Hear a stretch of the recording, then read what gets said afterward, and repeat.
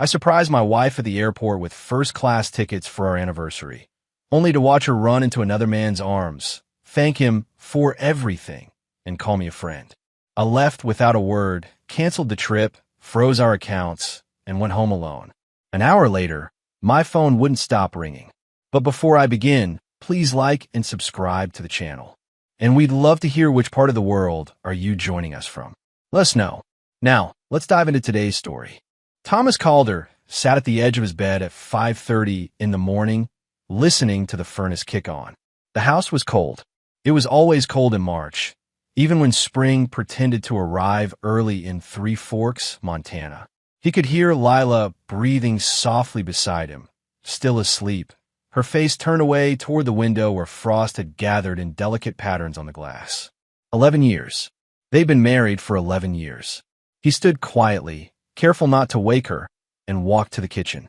The coffee maker gurgled to life, filling the silence with a familiar rhythm. Outside, the sky was still dark, but the mountains to the east were beginning to show their edges against the coming dawn. Thomas poured his coffee into a chipped mug that read "World's Okayest Dad," a gag gift from his brother 2 Christmases ago. He wasn't a father. The joke had landed strangely at the time. His phone buzzed on the counter. A reminder he'd set 3 weeks ago. Anniversary trip, confirmed tickets. He swiped it away and opened his email. The confirmation sat there, pristine and official. 2 first-class tickets to Denver, booked for the weekend after next. A nice hotel downtown. Reservations at a restaurant Lila had mentioned once, maybe a year ago, in passing. He'd remembered. Thomas had never bought first-class tickets before. The business had been struggling. 2 contracts fell through last spring, and he'd spent the summer scrambling to keep payroll steady. But they'd survived. Barely. And Lila had been patient through most of it, though her patience had started to fray around the edges lately. "You're not here anymore," she'd said one night in January. They'd been sitting on opposite ends of the couch, the television playing something neither of them was watching. "I mean, you're physically here, but you're not here." He tried to explain. The business, the pressure, the constant mental math of keeping everything afloat. But the words had come out flat, defensive. She'd gone to bed without saying goodnight. So the trip was supposed to fix that, or at least acknowledge it. He wasn't naive enough to think a weekend away would solve everything, but it felt like a gesture, a reset button, a way to show her that he saw the distance between them and wanted to close it. He hadn't told her yet.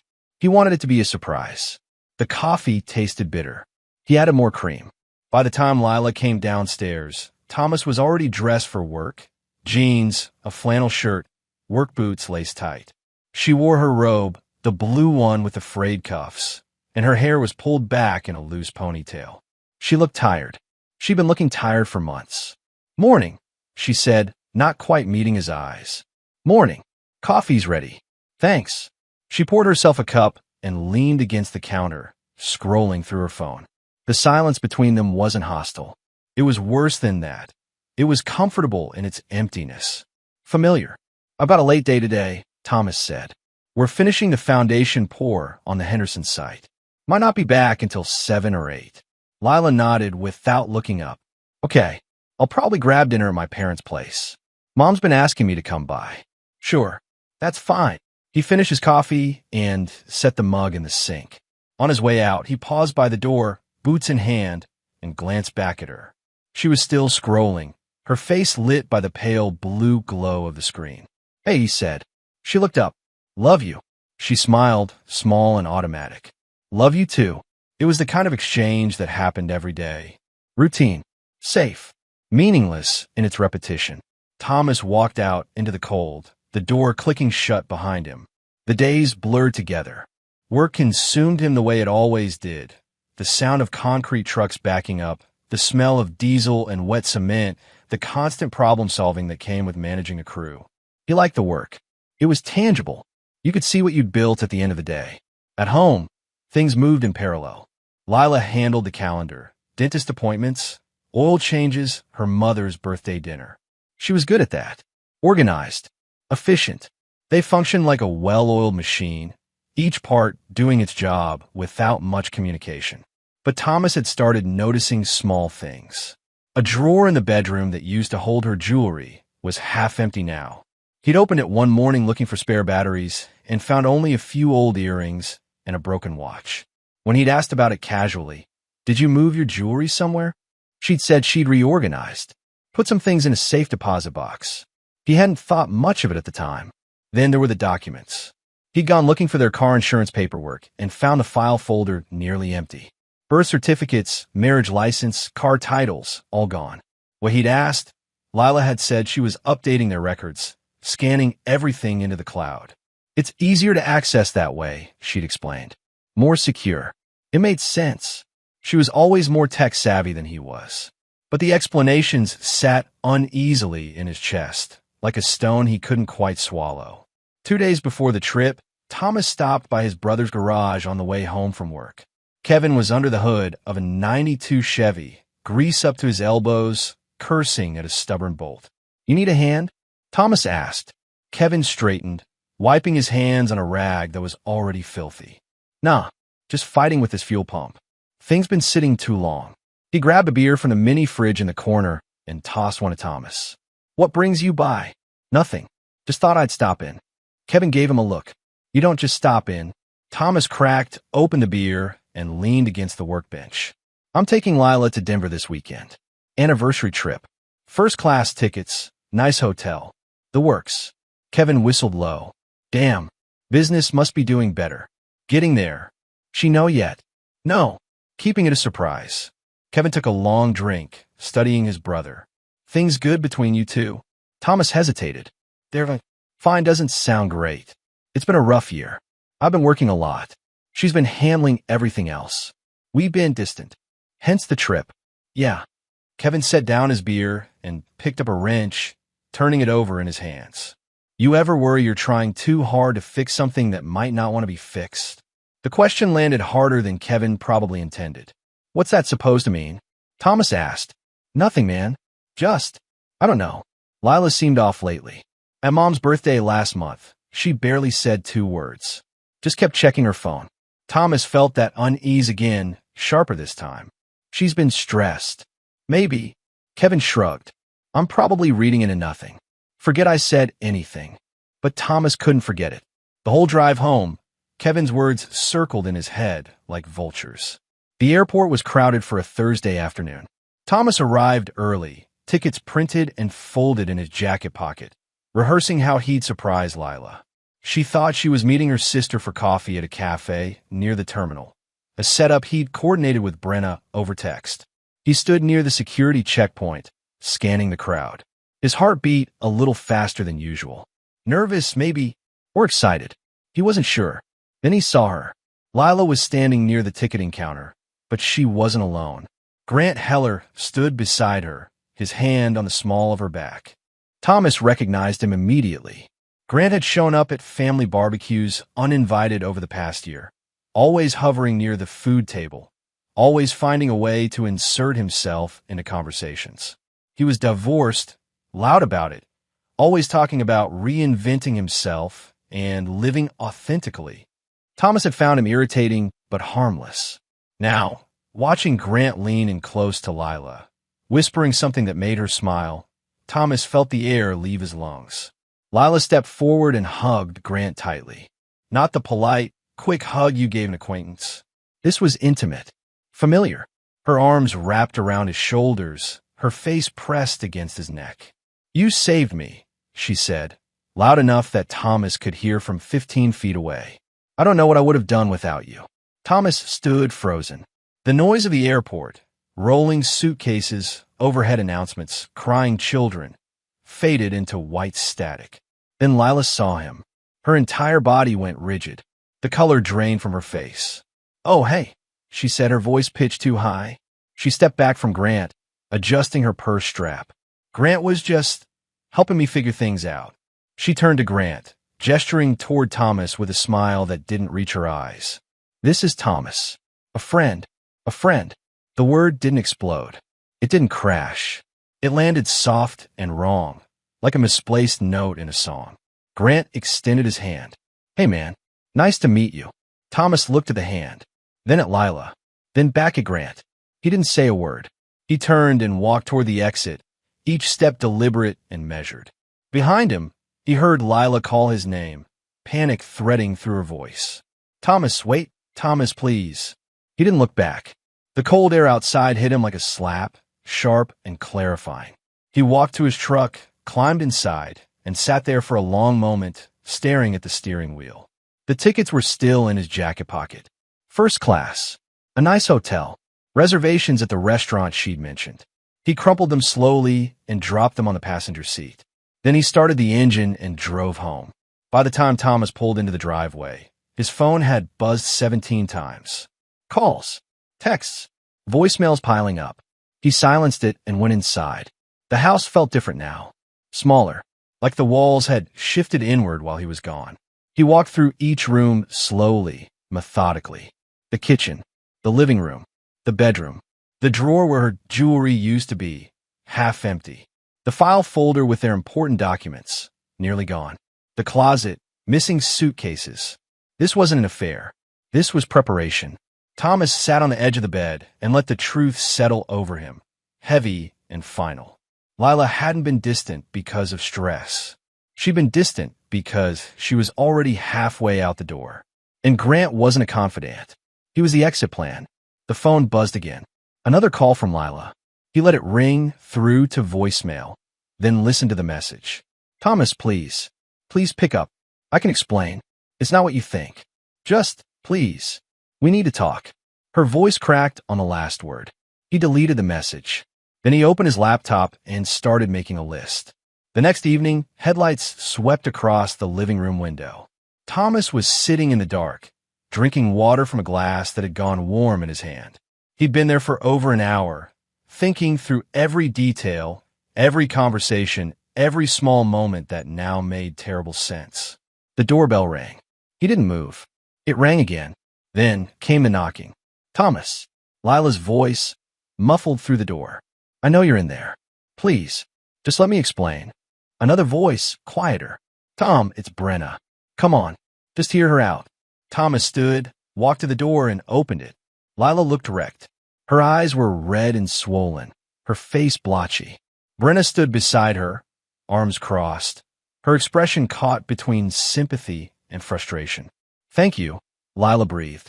She moved a step inside, but Thomas didn't move from the doorway. Say what you need to say from there, he said. Lila froze. Thomas, please. Here, or not at all. Brenna touched Lila's arm. Let's just talk, okay? All of us. Like adults. Thomas looked at Brenna. He'd always liked her. She was practical, no nonsense. The kind of person who showed up when you needed help moving furniture or fixing a busted pipe. But right now, her presence felt like interference. You knew, he said to Brenna.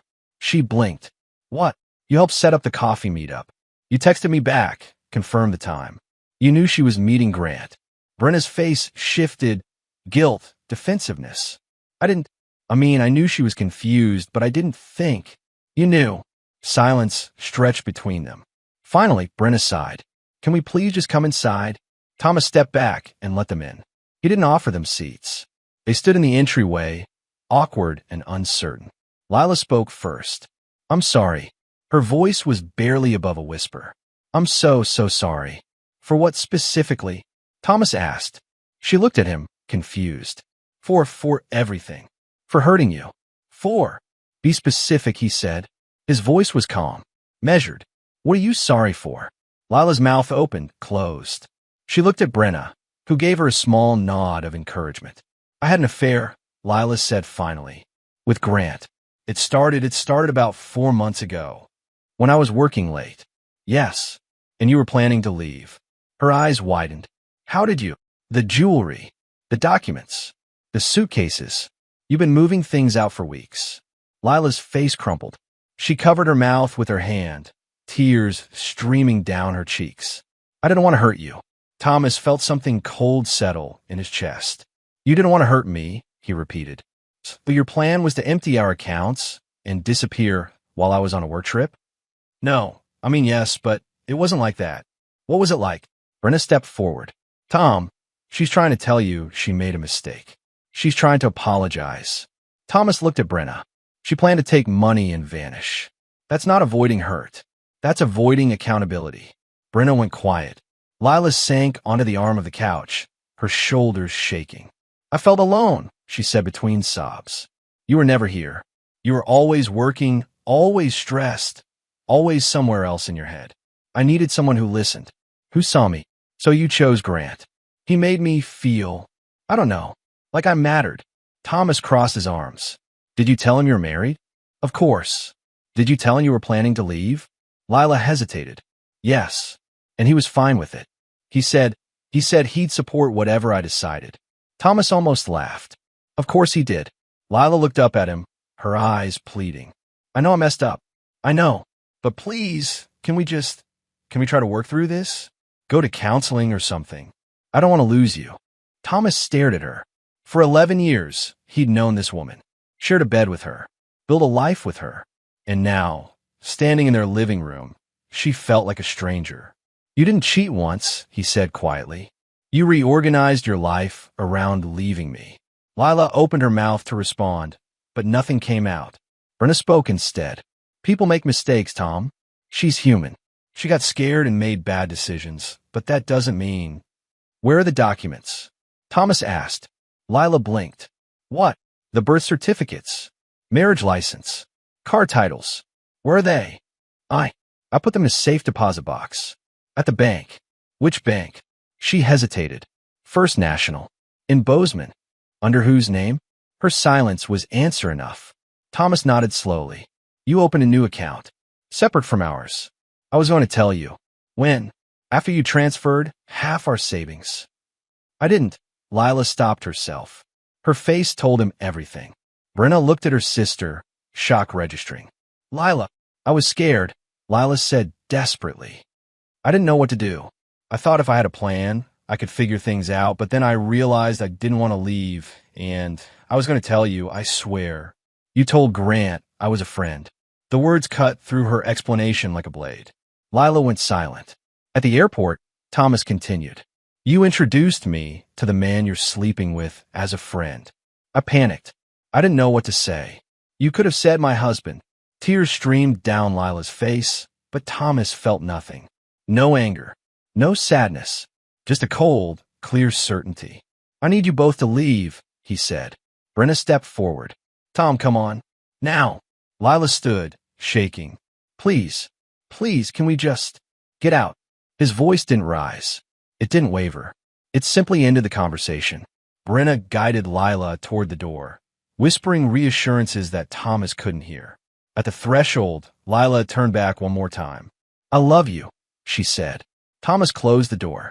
He stood there in the silence, listening to their car pull out of the driveway, and then he walked to the kitchen. He opened his laptop and began making phone calls. First, his bank, then his lawyer. The family divide happened faster than Thomas expected. Lila's parents called 2 days later.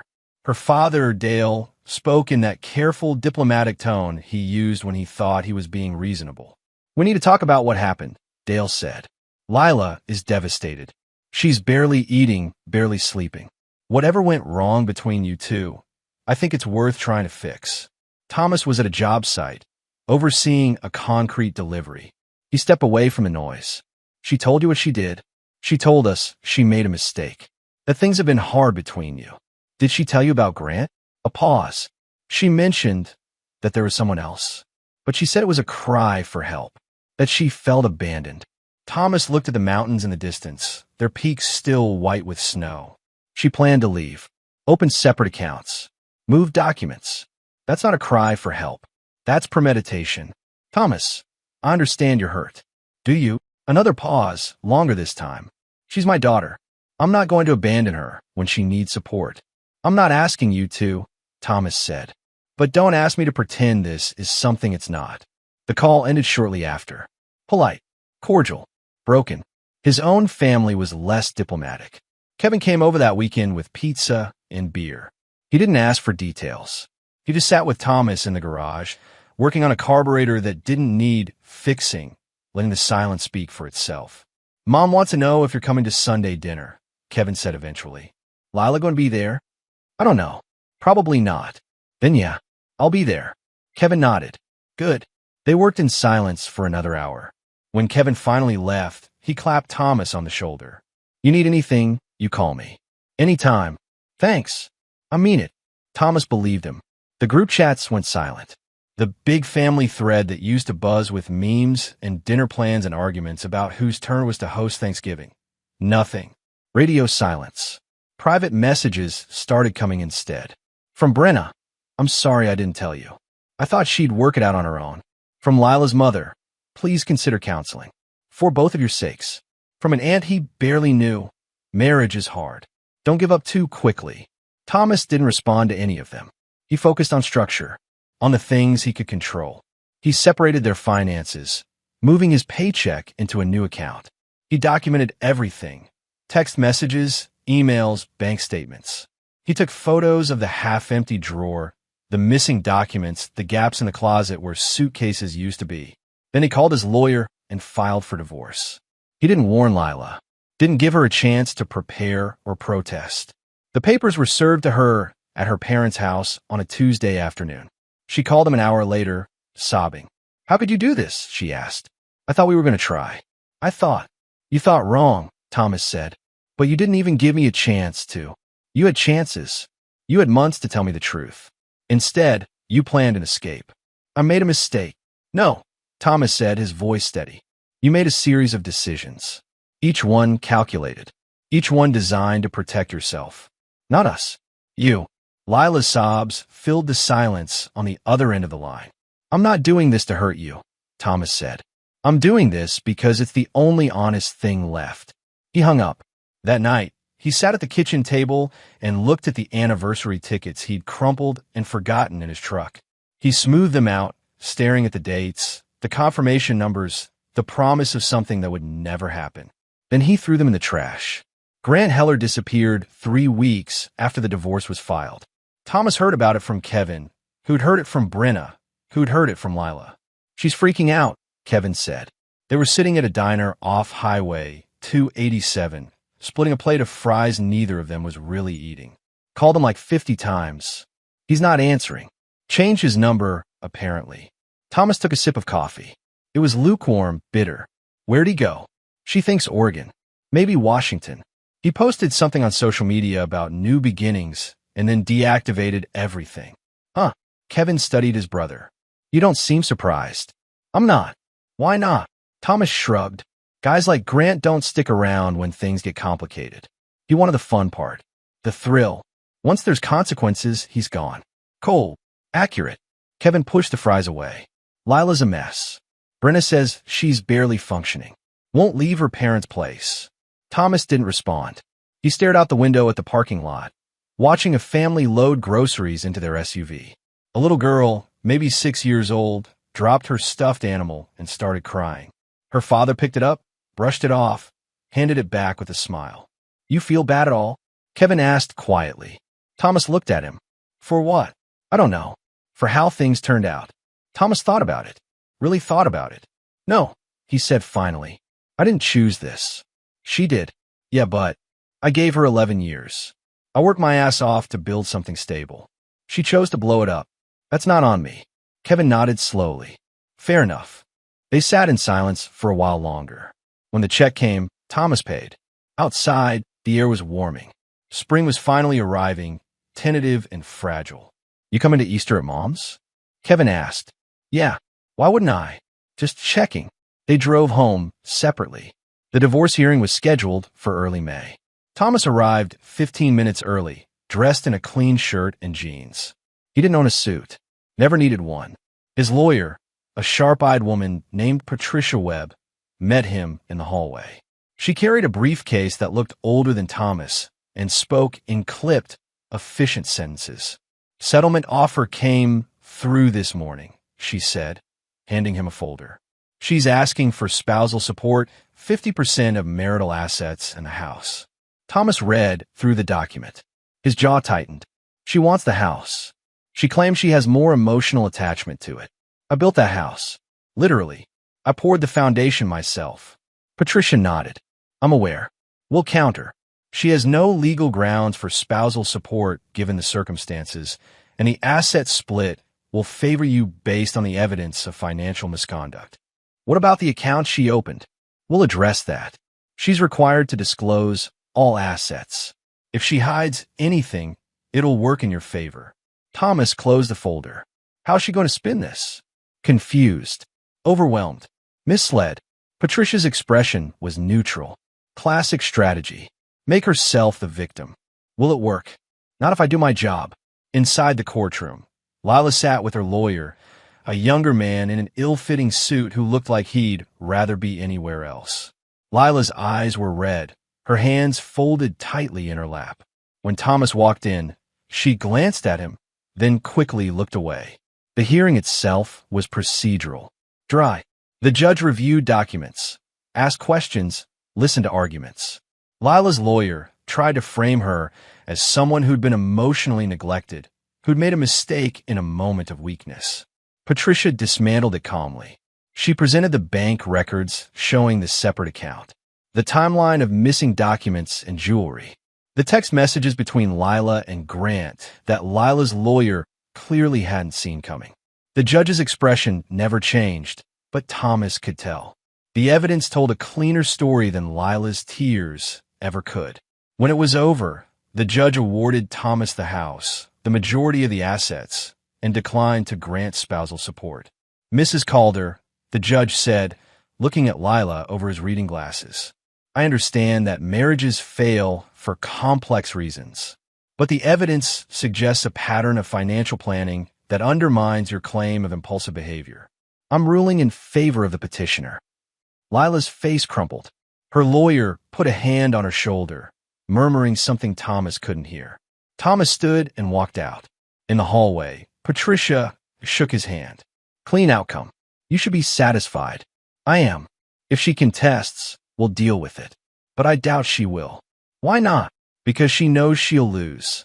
Patricia snapped her briefcase shut. Take care of yourself, Mr. Calder. Thomas walked to his truck and sat in the driver's seat for a long moment. The courthouse behind him, the mountains ahead. He felt nothing. Not triumph. Not relief. Just a quiet, settled calm. It was over. A year passed. Thomas found himself at Riverside Elementary on a Friday evening in April, attending a fundraiser for his niece's school. Kevin's daughter, Emma, was in third grade and obsessed with science. The fundraiser featured student projects, volcanoes, solar systems, plant growth experiments. Thomas walked through the gymnasium, hands in his pockets, nodding at familiar faces. Some people smiled. Some avoided eye contact.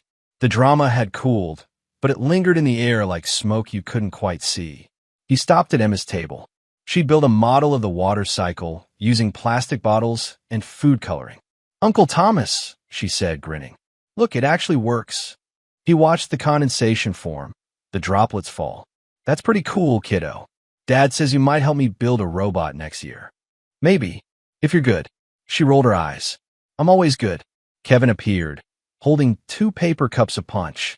He handed one to Thomas. Thanks for coming. Wouldn't miss it. They stood together, watching Emma explain her project to a group of parents. Somewhere behind them, Thomas heard a voice he recognized. Lila. She was talking to one of the teachers, something about volunteer schedules. Thomas didn't turn around.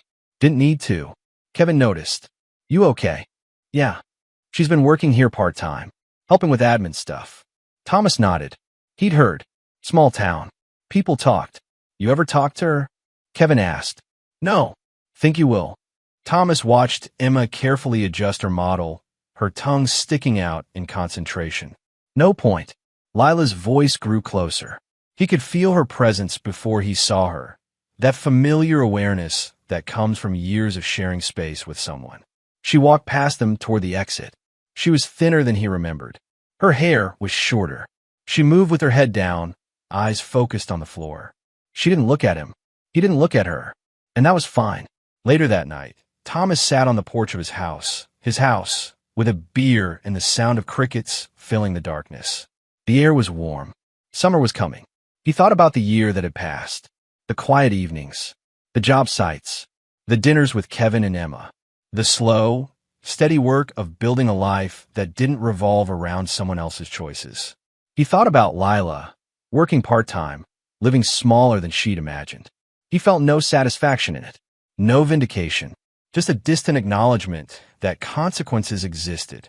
He thought about Grant, wherever he was, probably repeating the same patterns with someone new. And he thought about himself, about the man who'd walked out of that airport without looking back, who'd documented everything, who'd filed first, who'd refused to apologize for expecting honesty.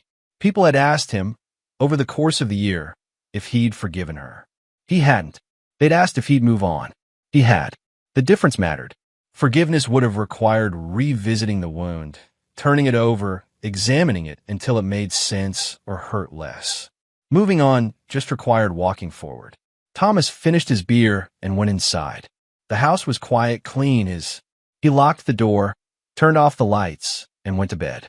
For the first time in a long time, his peace didn't depend on anyone else choosing him. It depended on him choosing himself. And that was enough.